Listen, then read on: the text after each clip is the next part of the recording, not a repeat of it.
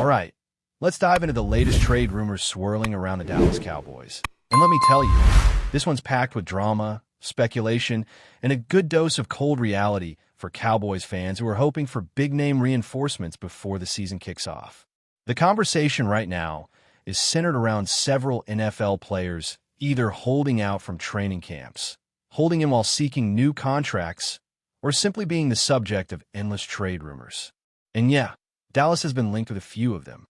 But before you get too excited, I'm here to throw a bit of cold water on some of these ideas because, well, not everything that looks good on paper makes sense in real life for the Cowboys front office. Let's start with the most obvious name that's been floating around, Jalen Ramsey. Now, technically speaking, Ramsey hasn't been a true holdout. The Dolphins actually excused him from mandatory activities because, let's be real, everyone knows a trade is coming. Miami has been open about the fact they're going to move on from Ramsey. It's not a matter of if, it's just a matter of when and where. Honestly, I'm a bit surprised this hasn't already happened, especially with how long we're sitting past June 1st. There's probably a reason for the delay, though, and yeah, it usually comes down to money and timing. Now, let's talk about the player himself. Ramsey isn't the same shutdown corner he was during his prime years with the Rams, or even back when he was tearing it up in Jacksonville. But don't get me wrong, he's still a very good football player. Even at this stage in his career, he'd walk onto the Cowboys' defense and immediately be their best healthy cornerback. And let's emphasize the word healthy here. Trayvon Diggs is still working his way back, and the timeline for his return remains a bit murky. There's hope he'll be ready for training camp, but nobody's locking that in just yet. Then there's Josh Butler, who's banged up, and while Cavani Turpin had a good minicamp showing, let's not kid ourselves, he's not Jalen Ramsey. But here's where reality bites a little. Long-term, Ramsey could bring some versatility as his cornerback speed starts to fade with age. He's got that inside-outside flexibility and could eventually transition to safety if needed. Kind of like what we saw Leon Hall do years ago. But let's be honest, if you're trading for him right now, you're thinking cornerback because nobody wants to pay a safety over $20 million a year. And yeah, that's where the big issue lies. It's not the cap hit. For the acquiring team, the cap number is actually quite manageable, somewhere under $8 million. The real problem is the cash commitment. Whoever trades for Ramsey would owe him over $21 million this year, another $21 million the next year, and again the year after that. That's a huge chunk of change for a player at his age and with some decline already visible. If Dallas really wanted to pull the trigger on this, they could. The front office has the flexibility. But let's be real, the odds are low. Miami probably isn't getting a big haul for him either unless they agree to eat part of that salary, which would defeat the entire point of them making the trade in the first place. If I had to bet on it, I'd say Ramsey ends up being moved for a mid to late round pick. Something like a fourth rounder sounds about right, maybe even later. Honestly, he didn't go for much the last time he was traded, from the Rams to the Dolphins, and I don't see his market being much stronger now. But hey, let me throw the question to you. If you were running the Cowboys, would you trade for Jalen Ramsey? Drop a Y for yes or an N for no in the comments. I'll be reading. Now, let's move to another name that's popped up recently, Jonnu Smith. This one actually caught me off guard. Smith skipped minicamp because he's pushing for a new contract, and there's been some weird trade buzz out of Miami around him. The whole situation is a bit confusing, honestly. Smith just signed a new 2-year deal last offseason. It's not like he's sitting on some old rookie contract or anything. I get that he had a big season last year with Miami. 884 yards and 8 touchdowns, really solid numbers for a tight end. But now he's already angling for a raise? That feels fast. What makes this even murkier is the source of the trade rumors. Was it the Steelers leaking their supposed interest? That wouldn't make much sense, because why advertise your desire to trade for someone? Was it Miami trying to drum up a market? Or was it Smith's agent playing the media to force Miami's hand for a better contract? Honestly, the agent theory feels the most likely to me.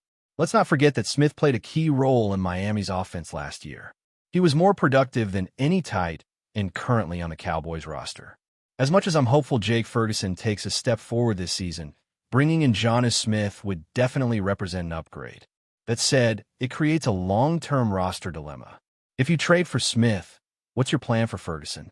Are you banking on a too-tight an offense? Or do you get creative and maybe even flip someone like Luke Schoonmaker in the deal? Schoonmaker is younger, more cost-controlled, and probably a better fit for Miami's long-term plans, even if he's not as good as Ferguson right now.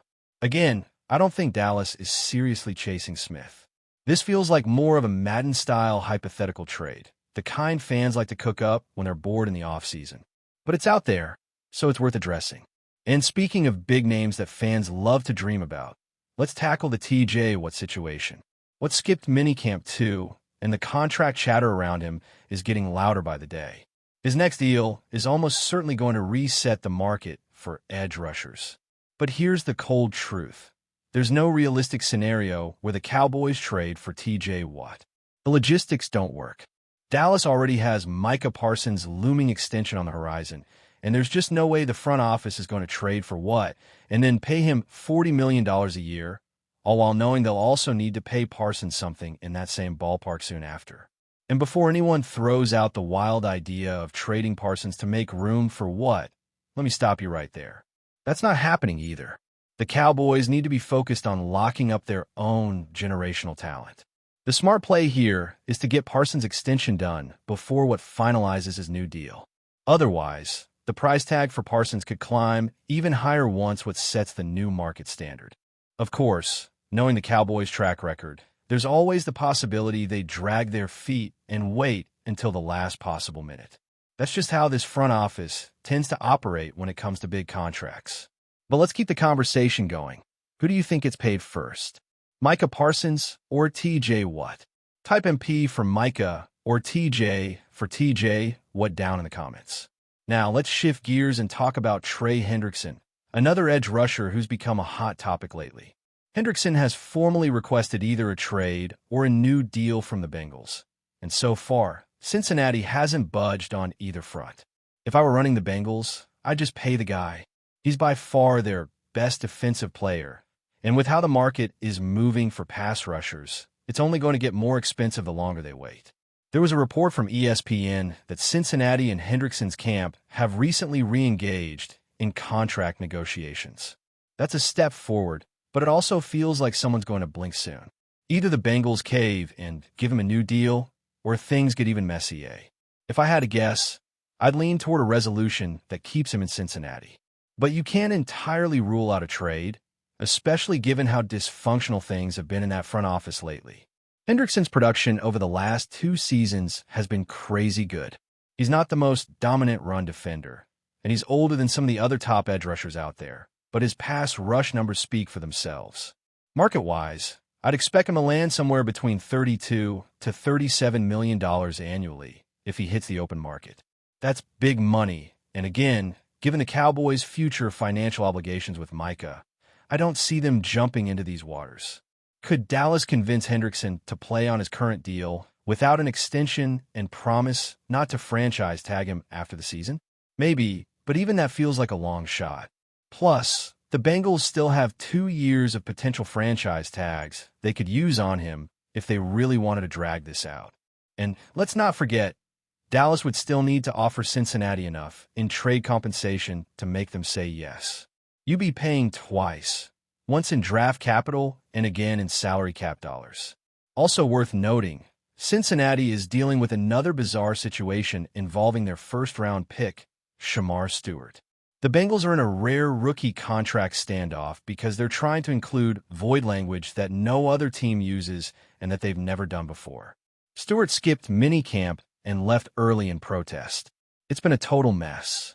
Some crazy rumors even suggested Stewart could re-enter the draft next year. But let's be clear, that's not happening.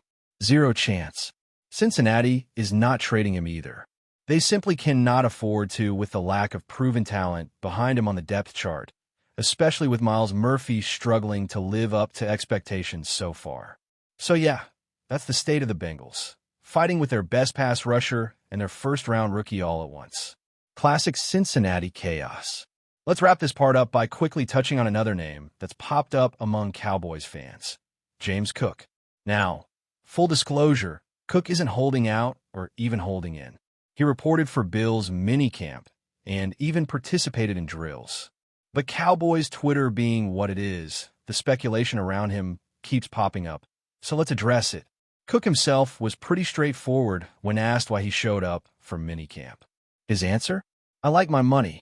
Simple and honest. I respect that. Nobody wants to lose $100,000 over fines. And let's be real, from his perspective, that's smart business. In terms of a trade, though, I just don't see it. The Bills have Super Bowl aspirations. They're not about to weaken their running back room, especially not when Cook is still on a rookie deal and performing at a high level. Sure, they've got Ray Davis and Ty Johnson, but neither of those guys is ready to carry the load as a true number one back.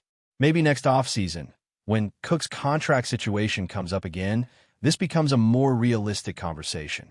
But right now, there's no incentive for Buffalo to move him.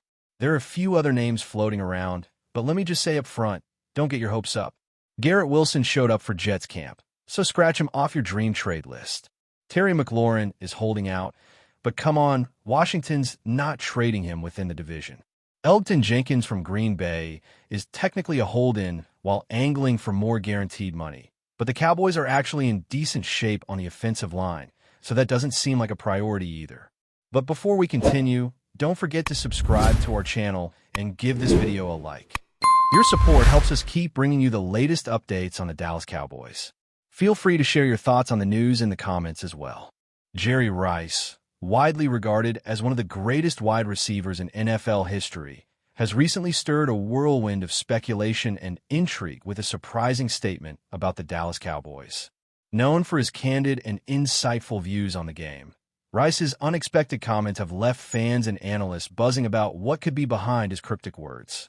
While the Hall of Famer rarely holds back his opinions, this time his remarks seem to hint at something far more significant than a simple critique. During a recent interview, Rice dropped a bombshell that many are interpreting as a veiled critique or a hint at deeper issues within the Cowboys organization. Although he didn't explicitly name names or lay out a detailed accusation, the tone and context of his comments have sparked rumors about internal turmoil, questionable management decisions, or perhaps even upcoming changes in the team's direction. The Cowboys, a franchise with a rich history and massive fan base, have been under scrutiny in recent years for their inconsistency on the field and struggles to reclaim their former glory. Rice's statement appears to add fuel to the fire, suggesting that things might be more complicated behind the scenes than what meets the eye.